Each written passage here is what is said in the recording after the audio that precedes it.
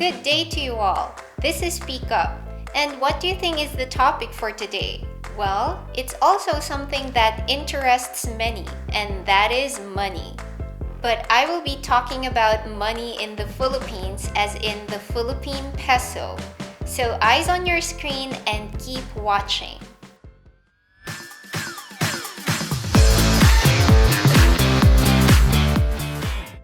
The Philippine peso, or also called piso in the Philippines, is our official currency. So here are some interesting facts about it. Number 1. Since the Philippines was a former colony of the United States, English was used on banknotes and coins.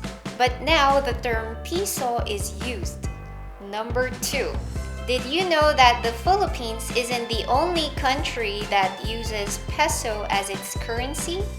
Most of the colonies of the Spanish Empire adopted the currency peso because of its value in the 16th century. Number 3. Have you ever heard of Mickey Mouse money? During the World War II, when the Philippines was colonized by the Japanese, the currency Mickey Mouse money was issued. Why did they call it Mickey Mouse money? That's because its value was so low it could actually be play money. Number 4. Did you also know that one of our major banks in the Philippines is also known as the first bank in the Philippines? And it is the first and oldest bank in Southeast Asia. It is also the second Philippine bank established during the Spanish occupation. We call this bank the Bank of the Philippine Islands, and it was born on August 1, 1851. Number 5. Another fact.